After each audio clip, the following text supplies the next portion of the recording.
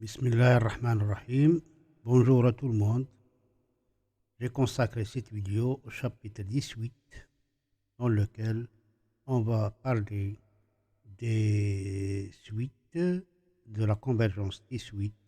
Puis on parle de suites majorées, minorées, des critères de convergence. Et puis on va parler aussi d'utilisation du théorème du point fixe.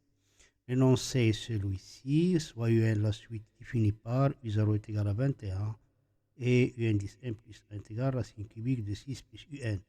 Montrer que quel que soit n appartient à grand N, UN est supérieur strictement à 2.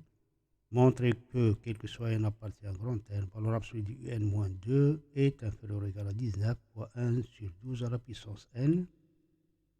Petit c, on déduire que la suite UN 10 n converge vers 2. Deuxièmement, petit a, en utilisant le théorème du point fixe, donner une solution particulière de l'équation moins x à la puissance 3 plus x plus 6 est égal à 0. Petit b, étudier la monotonie de la suite U indice n. On passe donc à la première question. Premièrement, petit a, montrer que quel que soit n appartient à grand N, U indice n, U indice n est supérieur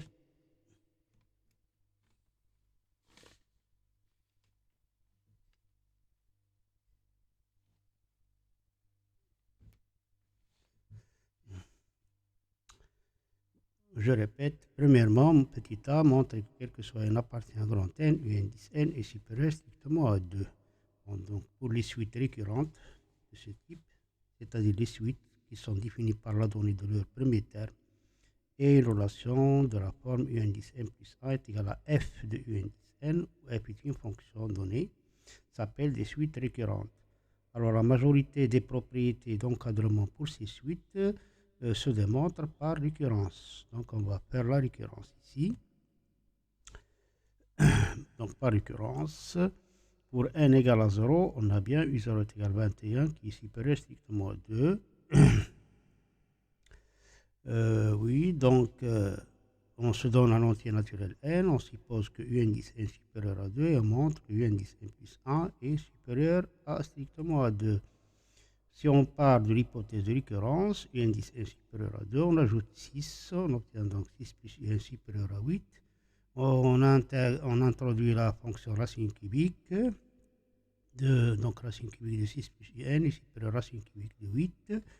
Et par suite, U indice n plus 1 est supérieur strictement à 2. Cette expression, c'est U indice n plus 1 et racine cubique de 8, bien sûr, il est égal à 2. Ce qu'il fallait démontrer. Donc, d'après le principe de récurrence, quel que soit n appartient à grand N, U indice n est supérieur strictement à 2. On passe à la question petit b. Donc, premièrement, petit b, montrer que quel que soit n appartient à grand N, valeur absolue de U indice n moins 2 est inférieure ou égale à 19 fois 1 sur 1 douzième à la puissance n. Aussi, on va procéder par récurrence. Donc pour n égale à 0, on a bien U0 moins 2 est égal à 19. Et donc valeur absolue de U0 moins 2 est égal à 19. Et le deuxième membre de cette inégalité, donc 19 fois 1 douzième à la puissance 0, il est égal à 19. Donc nous avons bien l'égalité entre valeur absolue de U0 moins 2 et 19 fois 1 sur 12 à la puissance 0.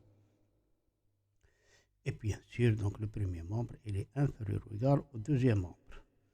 Soit n appartient à grand N, on suppose, donc on fait l'hypothèse de récurrence, valeur absolue du n-2 est inférieure ou égal à 19 fois 1 douzième à la puissance n, et on montre que valeur absolue du u indice n plus 1 moins 2 est inférieure à 19 fois 1 sur 12 à la puissance n plus 1. Alors pour cela, on va d'abord analyser cette écriture. L'indice n plus 1 moins 2, donc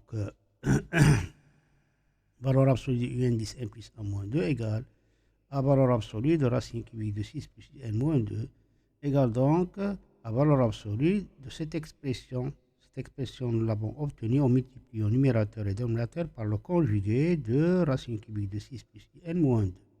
On obtient donc cette expression qui est égale à valeur absolue n moins 2 sur racine cubique de 6 plus n au carré plus 2 racine cubique de 6 plus n plus 4.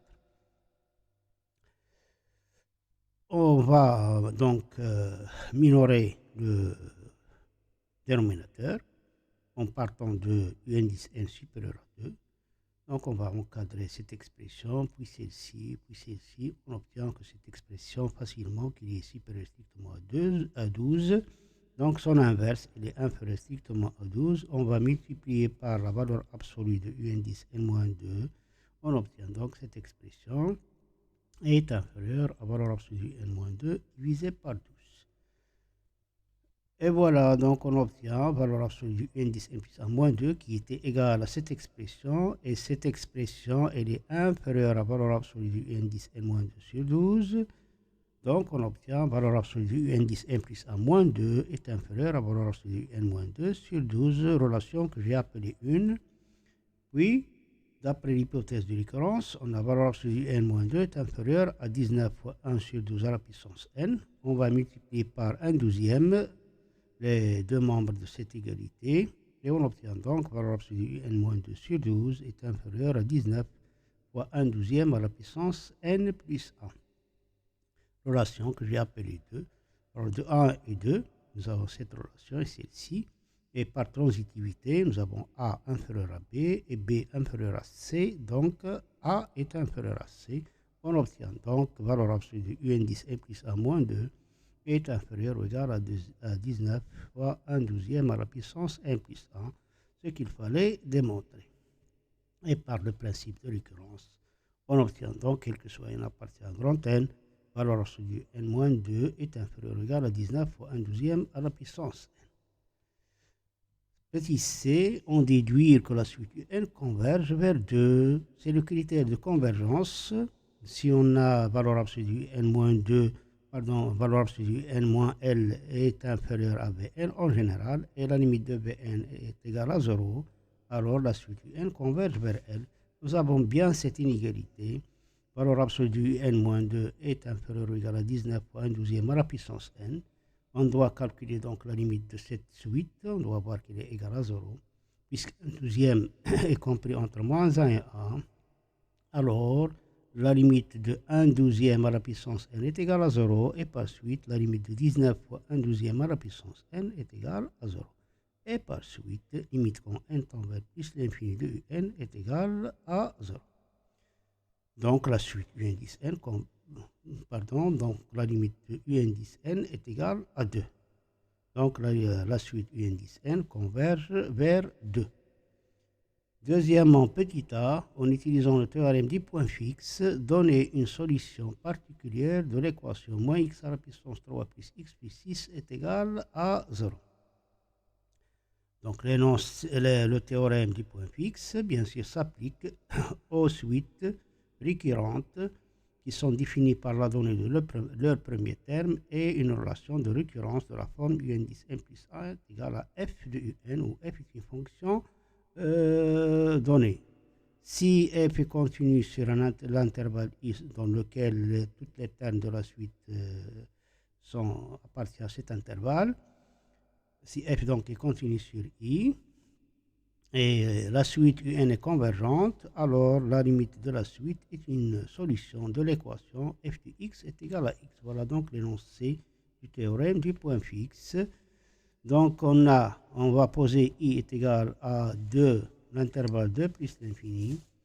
Et f de x, c'est la fonction par laquelle nous avons défini la relation de récurrence de la suite un. Un 10 n plus 1 est égal à racine cubique de 6 plus un. Donc f de x est égal à racine cubique de 6 plus x. Pour la continuité, donc la fonction qui a x associé 6 plus x est continue et positive sur i, donc la fonction racine cubique de 6 plus x est continue sur i, donc f est continue sur i. Et puisque la suite n converge vers 2, alors 2 est une solution de l'équation f de x est égale à x.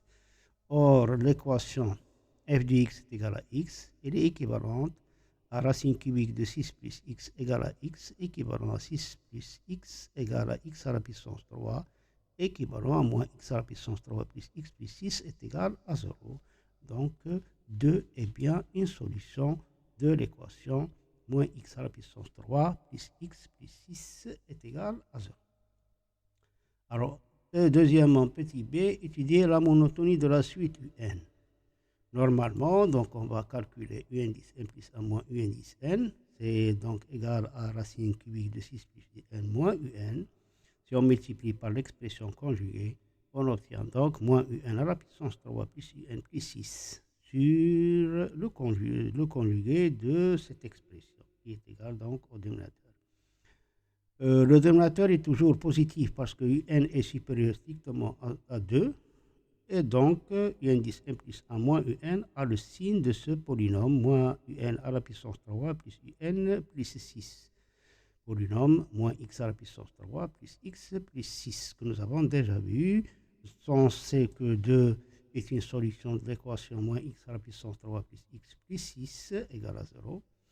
Donc, ce polynôme-là, moins x à la puissance 3 plus x plus 6, est divisible par x moins 2. On effectue la division euclidienne de moins x à la puissance 3 plus x plus 6 par x moins 2 et on obtient donc cette factorisation. Si on prend le polynôme x carré plus 2x plus 3, son discriminant elle est égale à 4 moins 12 est égal à moins 8, elle est négative, strictement négative. Donc, ce polynôme-là, il a toujours le signe de coefficient de x carré, c'est-à-dire il est toujours strictement positif. Donc, moins x à la puissance 3 plus x plus 6 a le signe contraire de x moins 2.